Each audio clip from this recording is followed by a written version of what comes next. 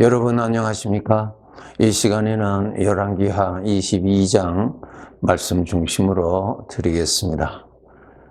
이 22장에서는 요시야 왕에 대한 기록입니다. 이 요시야 왕은 정말 하나님 보시기에 정직히 행하였고 그의 조상 다윗의 모든 길로 행하고 좌우로 치우치지 아니하였다고 2절에 하나님께서 그렇게 기록해 두셨습니다. 참 영광스럽게 하나님 앞에서 살았죠. 여러분, 우리가 꼭 생각하시기를, 하나님의 말씀대로 생각하시기를 아주 훈련하셔야 됩니다. 우리 인생은 하나님 앞에서 사는 것입니다. 하나님이 주인이시죠. 네. 하나님 보시는 데서 살고 하나님이 들으시는 데서 살고 하나님 앞에서 인생을 사는 것입니다. 그래서 이 요시야 왕은 하나님께서 그의 삶을 보시고 크게 인정하시고 그렇게 칭찬하셨습니다. 특별히 이 요시야 왕이 어떠한 일을 하였는지 하나님께서 기록해 두신 것을 이 22장에서 볼 수가 있습니다. 부서진 성전을 다시 부정케 된 성전을 정결케 하고 또 성전을 다시 수축하는 그러한 일을 하였습니다. 그렇게 하게 된 것은 그 요시야 왕 앞에 왕이 므낫세였는데 이 므낫세가 아주 악한 왕이었습니다. 하나님의 성전에 이방 신전을 두고 이방 신의 제단을 쌓고 거기에서 제사를 하게 하는 그러한 아주 악한 왕이었습니다. 그거 전부 다 하나님 앞에서 하는 것이죠. 므낫세가 죽었다는 말은 이 세상에서 삶을 하나님께서 마감하고 그를 영원한 형벌 받는 곳으로 데려가셨죠. 부르셨죠. 네. 지금도 그 사람은 그곳에서 형벌 받고 살아가고 있죠. 그 므낫세 다음에 왕이 요시야 왕입니다. 그래서 그 하나님의 성전에 더러운 부정한 것, 이방신전, 이방신의 제단 이런 것을 전부 다 부수고 전부 다 정결합니다. 여러분, 오늘날 성전이 우리들이 성전이죠. 예, 항상 말씀드립니다만 아주 중요해요. 진리의 말씀을 들으면서 우리가 살아야지 진리의 말씀 한 번 듣는다고 해서 되는 것 아닙니다. 우리가 살고 있는 이 세상은 죄가 가득한 곳이에요. 하나님이 없다고 하는 사람들로 가득한 곳이에요. 그러한 문화 속에서 우리가 살고 있습니다. 그래서 하나님의 나팔소리 항상 경고해 주시고 항상 진리의 말씀으로 외쳐주시는 말씀을 들어야 되지, 듣지 아니하고 조금 우리가 방심해버리면은 그냥 세상에 물에 젖어 들어갑니다. 물에 젖어 들어가요. 노아 방주에 물이 스며들지 아니하도록 그렇게 작업을 하도록 하나님께서 지시하신 것처럼 우리가 하나님의 말씀을 계속 들으면서 말씀을 가까이 하면서 그리고 말씀하신 하나님을 가까이 하면서 살아야 됩니다. 그렇지 아니하면은 성전이 나 자신의 성령님이 계시죠? 예, 친히 계십니다. 지식이 아니에요. 실제로 하나님이 계십니다. 하나님이 계시는 이 이 장소를 더럽히면 안 되죠. 더럽히면 안 되죠. 죄악된 거, 내 마음에 악한 생각을 품고 있는 것은 부정케 하는 것입니다. 죄의 것을 품고 그것을 계획하고 악을 꾀하고 하는 것은 성전을 아주 부정케 하는 것입니다. 그것을 아시고 우리가 성전을 관리를 잘 하셔야 됩니다. 내가 약해서, 내가 또 거짓 영에 속아서 악한 것을, 사망의 생각을 내 마음에 품고 며칠을 지났다고 합시다. 그것을 속히 깨닫고 그것을 그 생각을 버려야 됩니다. 그 더러운 것을 정결케 하기 위해서는 하나님을 가까이 하셔야 됩니다.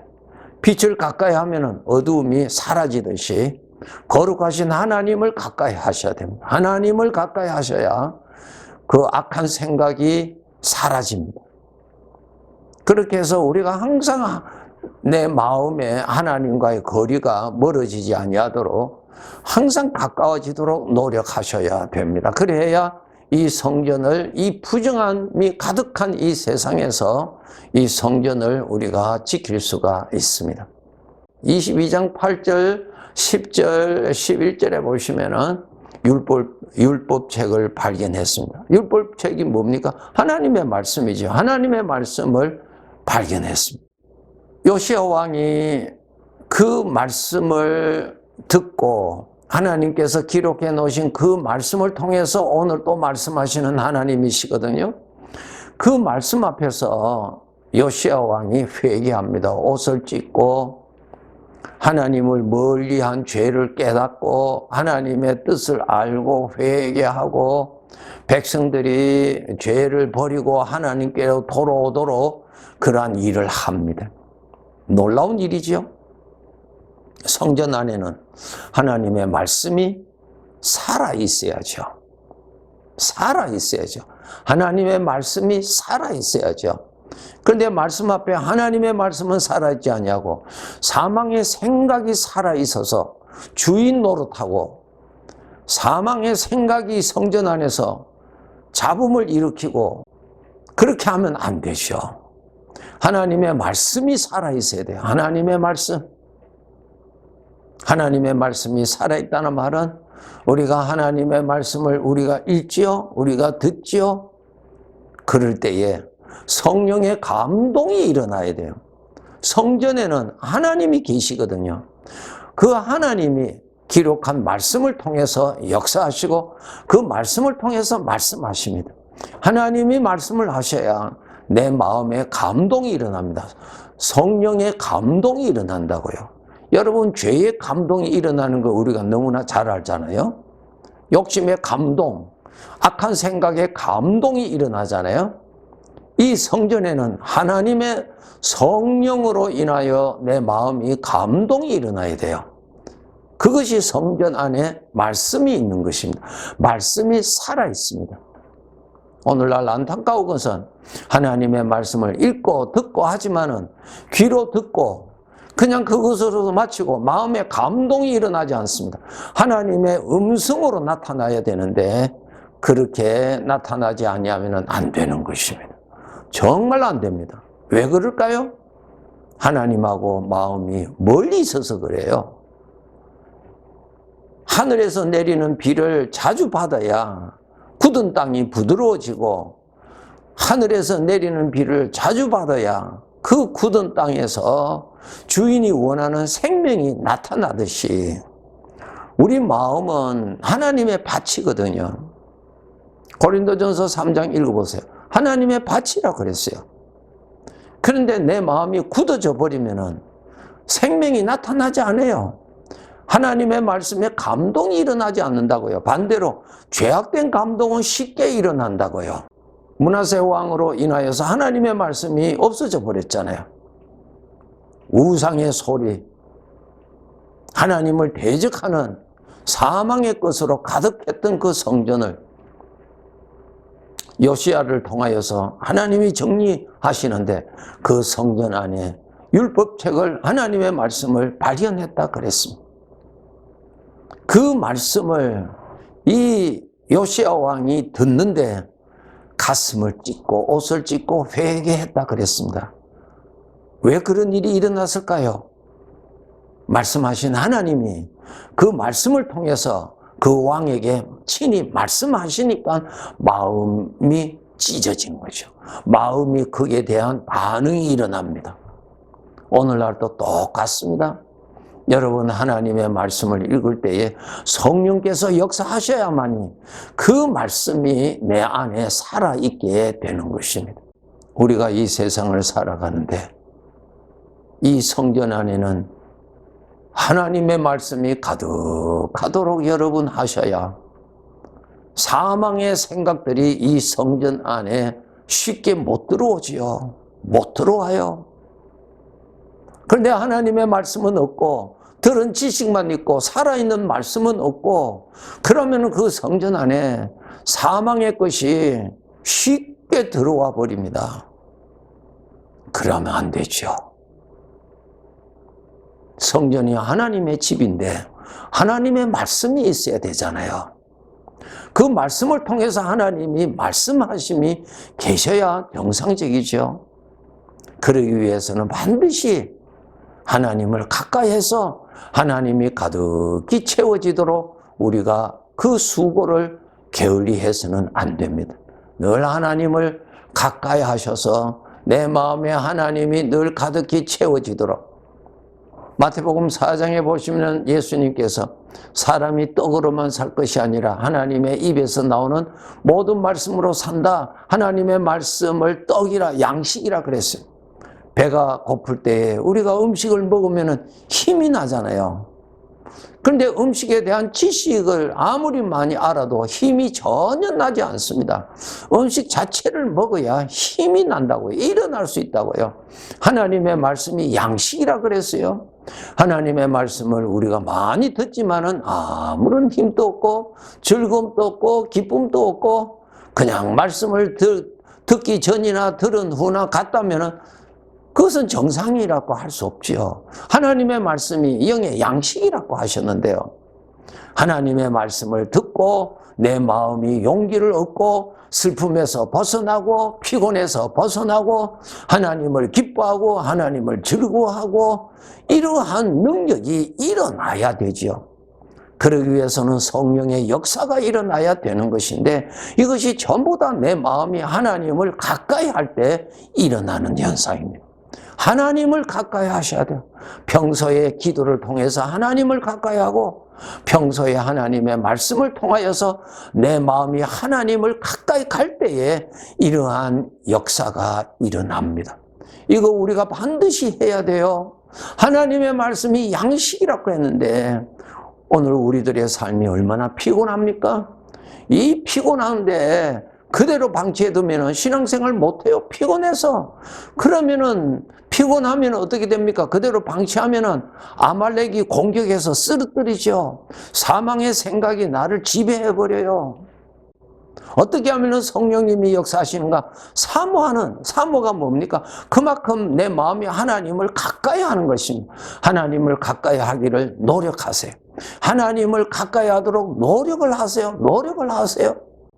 여러분, 우리 마음이 꼭 하나님을 가까이 해서 성령의 역사가 일어나도록, 성령의 감동이 일어나도록. 성령의 감동이 일어나면 일어나는 대표적인 것이 무엇이라고요? 하나님을 높이더라, 하나님을 즐거워하더라, 하나님을 기뻐하더라, 은혜를 베푸신 하나님 앞에 겸손해지더라. 하나님이 초점이 되어서 설 수 있게 만들어 주시는 것이 누가? 성령께서.